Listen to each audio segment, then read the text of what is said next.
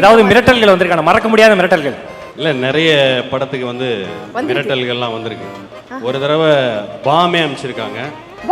ஆமாம் ஆமாம். ஏன்னா லொல்லு சபா வந்து எல்லாரையுமே ட்ரால் பண்ணது அந்த டைமில் வந்து இன்னைக்கு சோஷியல் மீடியா மாதிரி ஒரு பெரிய இது இல்லாததுனால நாங்கள் வந்து எல்லா படத்தையும் இமிட்டேட் பண்ணியிருக்கோம்.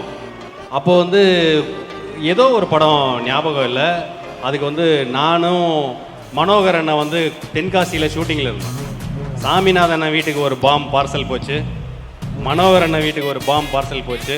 அதை வாங்கி அவங்க அம்மா பீரோவில் பத்திரமா வச்சுட்டாங்க. ராம்பாலா சாருக்கு ஒரு பாம்பு, எனக்கு பாம்பு எடுத்து வந்து அட்ரஸ் கண்டுபிடிக்காமல் அவனே திருப்பி எடுத்துகிட்டு போயிட்டான். நல்ல வேலை. ஸோ அது உண்மையிலே ஒரு சும்மா ஒரு மினி பாம்னு வச்சுங்களேன். ஸோ டைமிங் காமெடி பார்த்துருப்பீங்க, டைம் பாம் காமெடி நடந்தது. மணப்பெண்ணின் பிரத்யேகமான திருமணம் விவாஹா தி சென்னை சில்க்ஸ்.